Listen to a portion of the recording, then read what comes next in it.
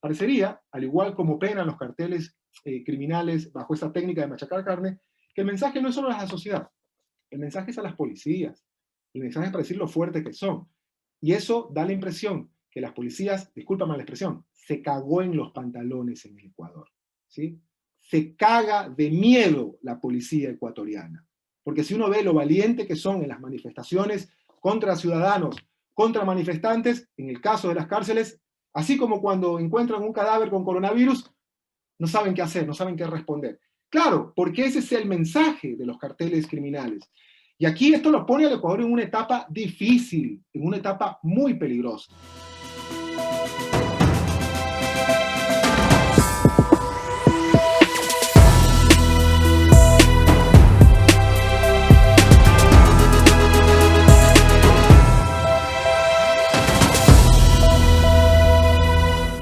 Amigos y amigas, bienvenidos a Desalineados. Acá estamos en un programa más de Al Límite, esperando que ustedes se encuentren muy bien. Gracias como siempre por acompañarnos, por compartir nuestros contenidos, pero sobre todo por ser parte de esta comunicación que tiene como intención hacerla, pero con responsabilidad y con su participación. Esperamos que se encuentren muy bien. Ha sido una semana bastante complicada para nuestro país y uno de los temas que sin duda ha creado terror es lo que sucedió en las cárceles de Ecuador, en donde según la información oficial se registraron 37 muertos en 2 cárceles en la provincia del Guayas, 8 en Cotopaxi, 34 en Azuay, y de esta manera tuvimos un total de 79 muertos según la cuenta oficial del Servicio Nacional de Atención Integral a Personas Adultas Privadas de la Libertad y Adolescentes Infractores del Ecuador. Esta es la información oficial de lo que se vivió justamente entre martes y miércoles. Sí, porque el miércoles, para amanecer al jueves, nuevamente se reactivó el tema y pues esto sin duda nos ha llamado muchísimo la atención. Para abordar este tema vamos a presentar al doctor Jorge Paladines. Él es jurista y criminólogo,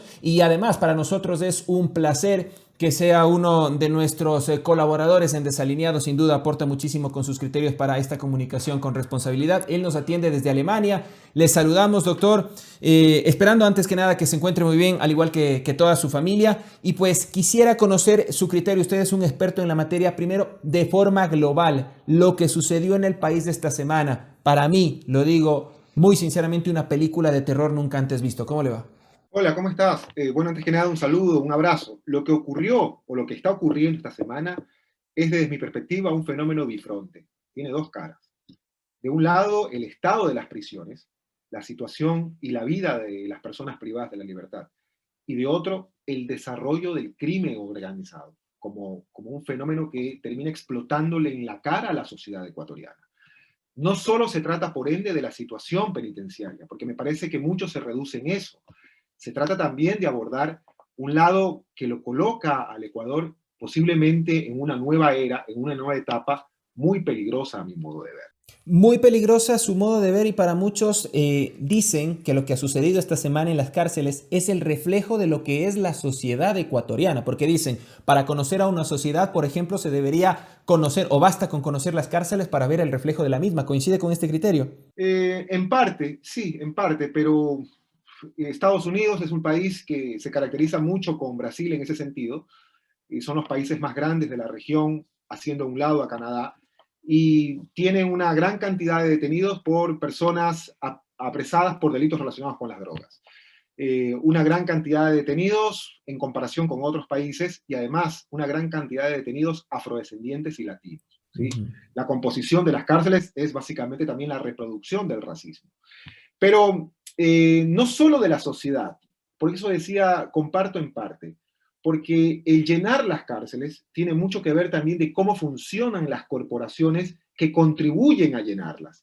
En ese sentido, los medios de comunicación, las agencias policiales, los sistemas de justicia.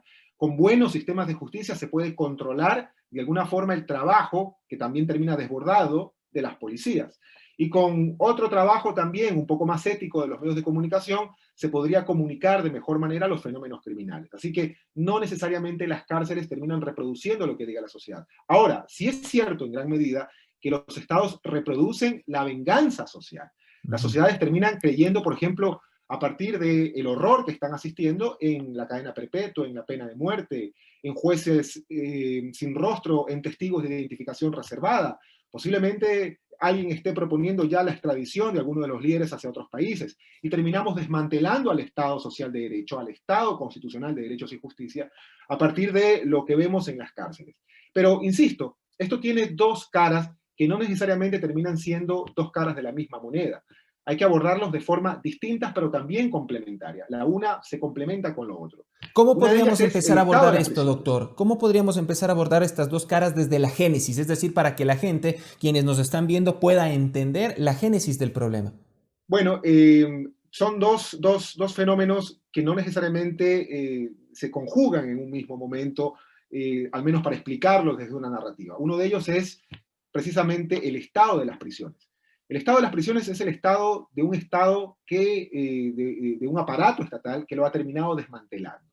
Recordemos que el gobierno de Lenín Moreno desinstitucionalizó al Ministerio de Justicia, por ende, las reuniones que tenía el sector justicia y el sector seguridad para coordinar precisamente lo que ha de definirse o lo que se definía como política criminal. Algunos quieren llamarla política de seguridad ciudadana, no necesariamente seguridad ciudadana es lo mismo que política criminal. Políticas de seguridad en general. Pero el Ministerio de Justicia era el ente encargado de administrar cárceles, además con una lógica transversal desde los derechos humanos. En ese sentido, no necesariamente la construcción de cárceles es un buen indicio de política pública, porque como dicen los expertos, sobre todo en criminología de las cárceles, construir más cárceles es un fenómeno que en realidad termina reproduciendo la construcción de más cárceles. Si uno construye cárceles, a las cárceles al final hay que llenarlas, y para llenarlas hay que detener más. Sería Y como que esto poner únicamente un parche, nada más, ¿no? y puede beneficiar a las corporaciones privadas que quieren administrar las cárceles, como en el caso de los Estados Unidos, y que corrompen los sistemas incluso políticos, ¿no?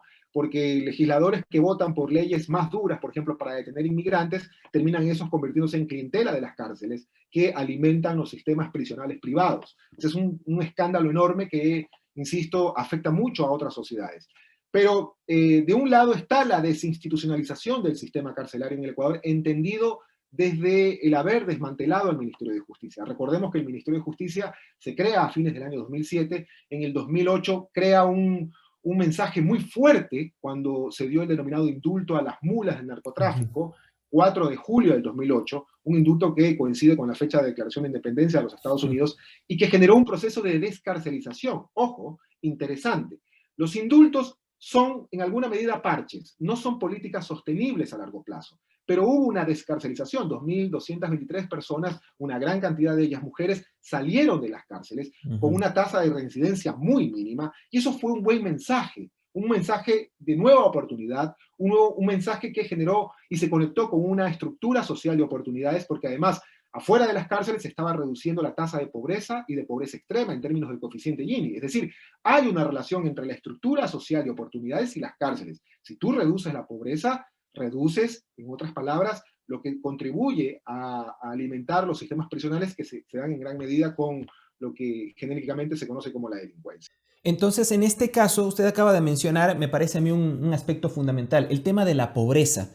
Si quizás se quiere atacar este problema de raíz, las fichas, los caminos deberían conducirnos a solucionar los temas de pobreza antes que aumentar más centros penitenciarios, antes que aumentar las penas. ¿Estoy en lo Sí, correcto? correcto. Y otro tema más, a controlar a los controladores, a controlar a los custodios. Porque durante el gobierno de Correa, del expresidente Rafael Correa, se sucedió algo bastante paradójico. En los primeros años se redujo interesantemente la tasa de personas privadas de la libertad, pero en los últimos años aumentó. Y ese es un hecho que alguien podría explicarlo porque las agencias de seguridad y justicia empezaron a trabajar mejor, a coordinar mejor, debían estar en la cárcel los que tenían que estar en la cárcel. Y ahí uno empieza a dudar y dice, bueno, no necesariamente la reducción de la pobreza coincide con la reducción del encarcelamiento, porque al final terminó aumentando el encarcelamiento. Y si a eso le das una matriz económica neoliberal, como la adoptó finalmente Lenín Moreno, nos terminó explotando en la cara. Dicho en otras palabras, si estos fenómenos, como el horror que se presencia hoy en día en las cárceles, hubiese ocurrido antes, tal vez uno podría explicarlo desde otro tipo de lugar de análisis. ¿Qué quiere decir? Reducir la pobreza, reducir en este caso los incentivos que de alguna manera crean las oportunidades violentas para el ingreso a la carrera criminal, es un factor que, sin lugar a duda, uno diría apuesta de primera mano para la reducción de la tasa de encarcelamiento. Pero la otra es el mirar el trabajo de las agencias de seguridad y justicia. Por ejemplo, yo creo que además de volver a un Estado social de derecho, hay que reformar a la policía. Si uno no reforma el trabajo de las policías, terminará uno reduciendo la pobreza. Ecuador será la Suiza de América Latina, pero con policías que todavía tienen distorsiones en su trabajo, que no ajustan sus tuercas, que todavía no se las ha reformado, pues terminamos llenando las cárceles siempre, aún con reducción de la pobreza. Y creo que el fenómeno de la cárcel tiene mucho que ver con la policía en Ecuador, porque Ecuador, por ejemplo, reformó los delitos relacionados con las drogas, que no es un dato menor. Reformar los delitos relacionados con las drogas es el nervus rerum, es tocarle precisamente en el nervio al sistema carcelario de todos los países de América Latina, porque las cárceles están llenas precisamente por personas detenidas por delitos relacionados con las drogas, en donde las policías tienen incentivos también, son reconocidas, reciben méritos, y se da una lógica aquí de detener a los débiles, precisamente, no necesariamente a los duros, ¿no? Si uno quiere contar cuántos líderes de los carteles están en las cárceles latinoamericanas, pues a uno terminaría definitivamente sobrándole los dedos de la mano. Pero en el caso ecuatoriano, un 30%, el componente mayor de las personas detenidas en estos momentos, donde el ministerio, o ahora convertido en SNAI, reporta aproximadamente 38.000, son personas detenidas por delitos relacionados con las drogas. Una pequeñísima parte de ellos son denominados líderes o cabecillas, pequeñísima parte. Y de estos, solo un escaso porcentaje podrían estar asociados con carreras violentas como el homicidio. Dicho en otras palabras, somos expertos estatalmente para darle duro a los débiles y darle débil a los duros. Entonces, aquí hay un problema de comunicación y de coordinación del trabajo de seguridad pensado desde una lógica evidentemente más científica con el trabajo de las policías. Las policías están históricamente entrenadas para trabajar en darle duro a los débiles en materia de guerra contra las drogas. Y aquí hay un dato adicional. Por ejemplo, uno podría preguntarse, ¿de qué sirve tener perros en los aeropuertos? De tener a una gran cantidad de personas a nivel internacional que quieren ir con drogas hacia otros países. Ojo, no estoy haciendo apología del delito con esto, cuando en los Estados Unidos están legalizando las drogas. Cuando en el caso de Oregon están legalizando todas las drogas. Es decir, el problema de ellos no son las drogas, es un problema nuestro.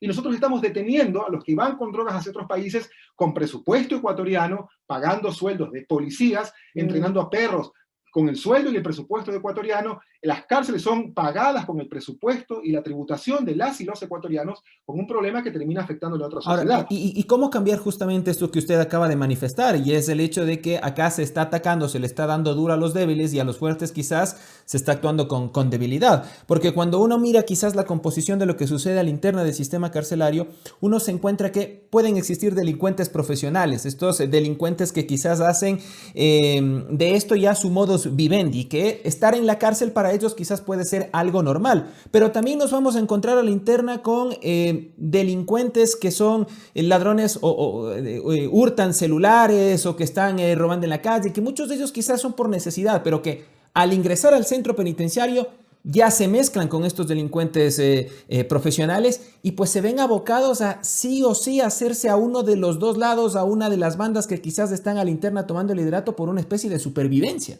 Si el Estado no tiene control de las prisiones se convierten en aparatos para convertir a los presos en militantes o miembros de un ejército criminal. ¿Y qué debería hacer ahí el Estado justamente para evitar esto? Desde mi perspectiva, hay que cambiar la administración en general desde la visión represiva hacia una visión social de las cárceles. Eso no quiere decir bajar la guardia en términos de seguridad. No, que no se confunda lo que estoy diciendo. Lo que estoy diciendo es optimizar el lado social, pero claro, el presidente Lenín Moreno, el todavía presidente Lenín Moreno, no lo va a hacer porque él posicionó el lado más bien de una matriz económica neoliberal y de reducción del Estado y por lo tanto de desmantelamiento del Estado social en sectores no solo como salud y educación, ni decirlo pues en el sector penitenciario. Y por eso, si uno hace cuentas, por ejemplo, de el personal que compone las filas de lado desde la perspectiva represiva en las cárceles, que termina siendo aún insuficiente, ojo, termina siendo aún insuficiente, versus el personal que termina, digamos, desde la perspectiva terapéutica, social, uno encuentra grandes asimetrías. Por ejemplo, los agentes de seguridad penitenciaria en el Ecuador bordean los 1.500, los trabajadores sociales 60. Ujú. 60.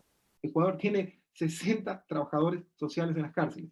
Si sumamos no solamente las 33 cárceles definidas generalmente, con las cárceles que no forman parte del sistema prisional nacional, pero por ejemplo que terminan siendo cárceles, como las cárceles para conductores, que algunas de ellas son administradas por los municipios, son cárceles que deberían formar también parte del sistema integrado de privación de la libertad a nivel nacional.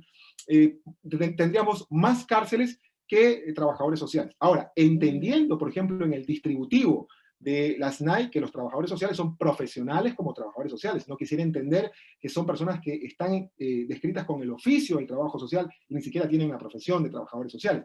¿Qué quiere decir esto? El trabajo social no es hacer una carpeta de un privado de la libertad, es acompañarla, es hacer una revisión de su biografía, es empoderarla como sujeto de derechos, acompañar a su familia. ¿Por qué? Porque comenzamos institucionalmente a hacernos preguntas que le corresponden al otro.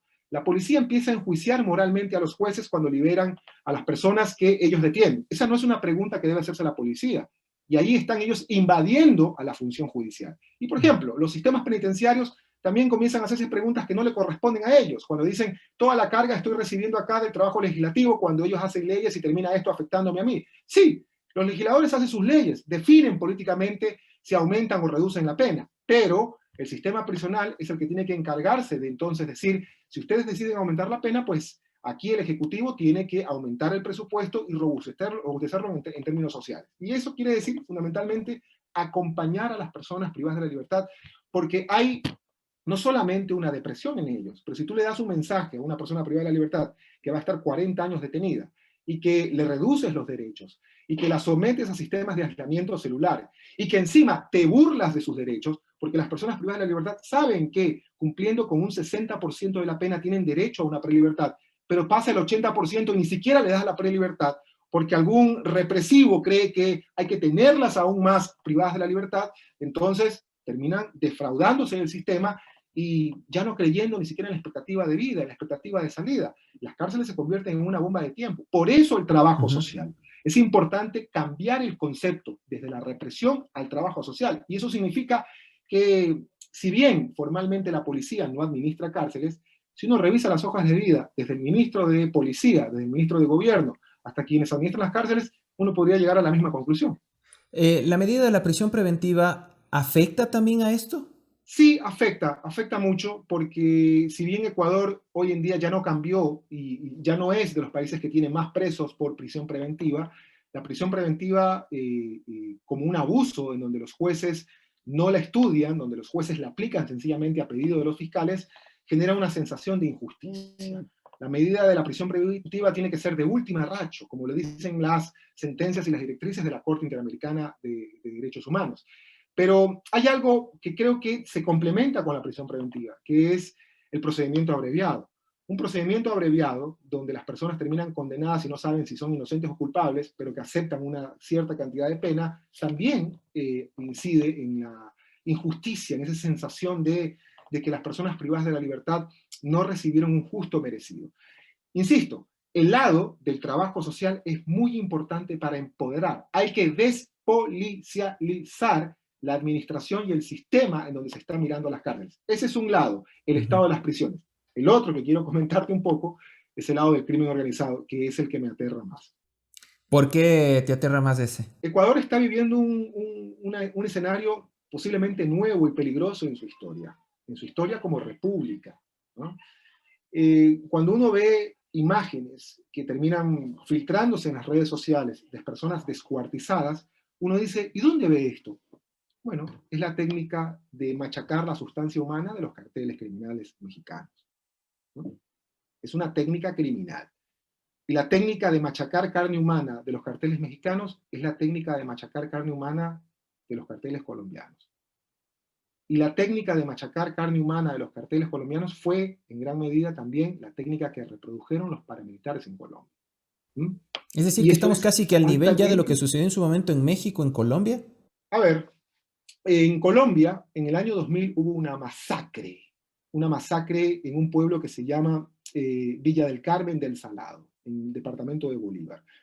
una gran masacre, famosa masacre conocida como la masacre del Salado.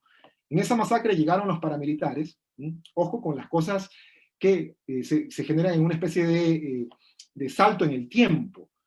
Llegaron los paramilitares, sacaron a toda la población, a las mujeres la empalaron públicamente, a los hombres los descuartizaron, les sacaron los corazones, y el mensaje era, cuidado, ¿no? Cuidado con pensar como de izquierda, cuidado con ser amigo de la guerrilla.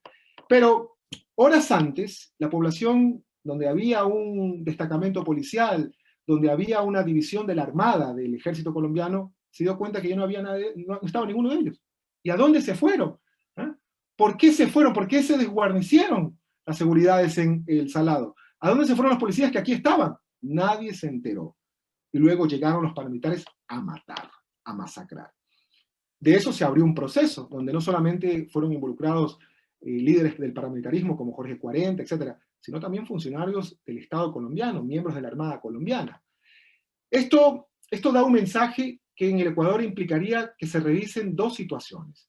La primera, ¿cuál es el comportamiento del Estado frente a esto, ¿no? Porque el Estado está en posición de garante de las personas privadas de la libertad, de la vida de las personas privadas de la libertad. Y resulta que hay una chica en Cuenca que dice que le pedía a todo el mundo que apaguen la luz porque están en los talleres donde están las sierras, están descuartizando a la gente y nadie le hacía caso. Parecería que alguien quería que siga conectada la energía eléctrica para que se siga matando a la gente. ¿O cómo entendemos que en menos de 24 horas nuevamente los reos se vuelvan a tomar el centro penitenciario y nuevamente encontremos víctimas, encontremos ahorcados? Y como nuevamente el ministro de gobierno diga que horas después incautaron armas y uno se pregunta y dice, vaya, si ya pasó lo que pasó el martes, ¿cómo es posible que todavía no hayan podido retirar todas las armas de fuego y todo lo que sucedió el día anterior? Con una investigación que aplique el protocolo de Minnesota. El protocolo de Minnesota dice, cuando hay este tipo de incidentes, se presume generalmente que el Estado tiene responsabilidad. Por lo tanto, tiene que abrirse una investigación para descartar eventualmente una ejecución extrajudicial, sea porque alguien quiso que eso ocurra o por también inoperancia porque el Estado está en posición de garante. Pero de otro lado, están las organizaciones criminales. Porque cuando uno empieza a ver esos mensajes, que ya los veía más o menos en mayo del 2019, donde la típica respuesta de Lenín Moreno, así como la respuesta al coronavirus mientras la gente se moría en las calles, así como la respuesta en las manifestaciones de octubre del 2019 fue policializar, porque la respuesta que da siempre es la policialización, no le da médicos, sino policializar, no le da soluciones a los manifestantes, sino le bota la moto y las policías, y luego no sabemos cómo se caen esos ojos. Igual, en estos casos, la respuesta a las crisis carcelarias termina siendo una policía que no sabe cómo administrar, en términos generales, el conflicto de una violenta criminalidad organizada que parecería le está mandando un mensaje. Porque los videos que se filtran, curiosamente, entiendo que en el Ecuador, yo creo que estamos en el siglo XXI, no es todavía el medioevo, hay desinhibidores de señales, y que más aún, esos desinhibidores de señales están en el contorno de las cárceles, pero poco menos se invitaban a los medios de comunicación para que presencien cómo descuartizan a una persona. Parecería, al igual como penan los carteles criminales bajo esa técnica de machacar carne, que el mensaje no es solo a la sociedad, el mensaje es a las policías, el mensaje es para decir lo fuerte que son. Y eso da la impresión que las policías, discúlpame la expresión, se cagó en los pantalones en el Ecuador, ¿sí? Se caga de miedo la policía ecuatoriana. Porque si uno ve lo valiente que son en las manifestaciones contra ciudadanos, contra manifestantes, en el caso de las cárceles, así como cuando encuentran un cadáver con coronavirus, no saben qué hacer, no saben qué responder. Claro, porque ese es el mensaje de los carteles criminales. Y aquí esto lo pone al Ecuador en una etapa difícil, en una etapa muy peligrosa. Porque si uno comienza a conectar qué está sucediendo, por ejemplo, en provincias, saliendo de Quito, qué está sucediendo en provincias como Esmeraldas, ¿qué está sucediendo en los negocios de los sectores populares como la Prosperina? Uno puede encontrar vacunas. Las vacunas son una forma de extorsión criminal de los carteles que uno encuentra en Guatemala, que uno encuentra en Colombia, pero que uno no encontraba en el Ecuador. ¿Qué está pasando en el Ecuador? En el Ecuador se ha preferido pagar a policías y militares y deberles a médicos, deberles a maestros, y no tenemos resultados. Y se habla de que incluso las personas que fallecen luego de salir de las cárceles del Ecuador estarían posiblemente involucradas a órdenes que están dentro de las cárceles y sin embargo no se pudieron evitar esos riesgos. aquí no se trata solamente de robustecer los sistemas de inteligencia, se trata de reformar el trabajo de las Y policías. doctor, ¿y no será que, como usted dice, recogiendo sus palabras textualmente, la policía se está cagando en los pantalones porque tal vez tiene también alguna relación o podría tener alguna relación con lo que está sucediendo directamente? Es decir, puede ser un accionar en contubernio, no solo de las Pero bandas criminales. hay que tomarle en serio la palabra al ex ministro de Policía, quien la fortaleció muchísimo, que es José Serrano, quien acaba de decir que posiblemente hubo un acuerdo, ni siquiera dice posiblemente, hubo un acuerdo, dice él, un acuerdo cuando se liberó a Rasquiña para reducirle la pena y para decirle que el acuerdo se componía de dos elementos. El uno es que se comprometía a dar nombres para desmantelar las nuevas BACRIM del Ecuador, las nuevas BACRIM es el término colombiano, ¿no? Las pequeñas organizaciones criminales, y la otra es para generar un ambiente de paz. Es decir, el Estado, lo que está diciendo el ex ministro Serrano, el hoy asambleísta, es que el Estado está acordando con organizaciones criminales, que el Estado forma parte de una pax mafiosa, es lo que está diciendo, y si lo está diciendo, pues tiene que decir quiénes son las autoridades, porque él está haciendo señalamientos, por ejemplo, a funcionarios de la policía. Eso sería lamentable, porque en el Ecuador estaríamos experimentando un capítulo que tristemente lo llevó a Italia también contra la pared. Y estaríamos ante la explosión de algo que nos dejaría dos salidas. La una es, reducimos la violencia con los carteles reconociendo que existen, o la otra es, le damos duro a los carteles. Pero, ¿cómo le damos duro a las organizaciones criminales? Pues con leyes inteligentes, sin violar el Estado de Derecho, aplicando la legalidad, quitándole la base social de las organizaciones criminales, que son básicamente jóvenes que son cooptados, que no tienen expectativa de vida, que son precisamente de las provincias más pobres del Dándoles Ecuador, educación, las que salud, acceso a los servicios básicos, totalmente, oportunidades. sí. O la otra, la que hacen los estados cobardes, los estados que se cagan en los pantalones, y no con eso estoy diciendo que puede ser el caso del Ecuador, usted podrá sacar las conclusiones, es la que termina acordando con las organizaciones criminales con una especie de pax mafiosa. Todos somos amigos, no pasa nada, ustedes reducen la violencia y hacemos ciertos acuerdos. Las declaraciones del ex ministro Serrano hay que tomarlas en serio, porque además él dice algo que se puede convertir en un riesgo. Yo coincido en ese sentido con él. Dice, no sabemos si esa explosión termine reproduciéndose en la calle. Si termina reproduciéndose en la calle, definitivamente hemos convertido al Ecuador en un país con una tragedia muy parecida a la de México. Y más aún, porque no falta la bruta idea, la torpe idea, de levantar nuestra ciudadanía, levantar nuestra soberanía, perdón, y de permitir nuevamente el reingreso de bases militares extranjeras en el Ecuador, prohibido por la Constitución. Tendrían que reformar la Constitución. El artículo 5 de la Constitución prohíbe bases militares extranjeras en territorio ecuatoriano. Tendrían que reformar la Constitución. Alguien dice, esto es culpa porque no están el ejército ni G.I. Joe en Ecuador. Bueno, ¿cuál es el impacto? ¿Cuál ha sido el impacto de los Estados Unidos cuando ponen sus ejércitos para reducir la violencia en otros territorios? La catástrofe. Es la catástrofe. Cuando ingresa G.I. Joe, se generan masacres. Miren el caso mexicano. Miren el caso colombiano. Es decir, los Estados Unidos no han tenido una guerra en su territorio, salvo la guerra con Pancho Villa, ¿no? Y que Pancho Villa le ganó. Pero cuando hacen guerra y ponen sus bases militares en otros países, convierten en basurero a esos países. Afganistán, Irak, ni hablar de prácticamente el caso de desmantelar los estados de derecho, donde terminaríamos el día de mañana de hablar de la extradición de las nuevas organizaciones criminales en el Ecuador, de los carteles. Entonces, el estado de las prisiones, la situación de las prisiones en el Ecuador, hay algo que hay que robustecerla con Estado social de derecho, con un gobierno que entienda que el trabajo social debe ser el concepto central, que no significa reducir ni bajar la guardia en términos de inteligencia y seguridad. Y la otra es pensar desde la legalidad, desde la soberanía, en cómo darle duro a los duros, al crimen organizado, porque ahora en el Ecuador, no solamente que hemos preferido tener un estado de policía frente a un estado médico, frente a un estado de seguridad, un estado de policía que no funciona porque no hay respuestas, sino que ahora el Ecuador terminaría estando a merced de las organizaciones criminales, de sanguinarias organizaciones criminales, que de exportarse ese modelo carcelario, porque parecería ser el mensaje que tienen, además, como reality show, la sociedad ecuatoriana estaría lamentablemente incursionando en un capítulo nefasto en su historia. Cuidado con eso. Doctor, le quiero agradecer por su tiempo, le mando un abrazo, han sido muy importantes los criterios y sin duda le servirá mucho a la gente para sacar sus conclusiones. Le mando un abrazo y le estaremos molestando, ¿ah? Bueno, y también, bueno, hay medicamentos antidiarreicos que alguien podría empezar a tomar, ¿sí? Más valor, por favor. Un abrazo. Gracias, doctor. Ha sido el doctor Jorge Paladines, jurista y criminólogo, quien nos atiende desde Alemania. Él es parte además de los colaboradores en Desalineados, un especialista en la materia y que nos ha vertido su criterio sobre la triste, la terrorífica situación que ha vivido el país esta semana. Esperamos que el contenido les haya sido productivo, que ustedes saquen sus conclusiones, lo puedan compartir si lo creen conveniente y por supuesto sean parte de esta comunicación con responsabilidad.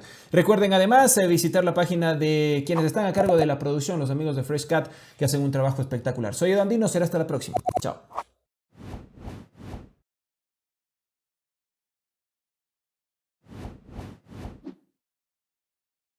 Hola, si te gustó este video te invitamos a que nos sigas en nuestras cuentas de Twitter, Facebook, Instagram y YouTube. Somos Desalineados, Comunicación Total y queremos que tú participes.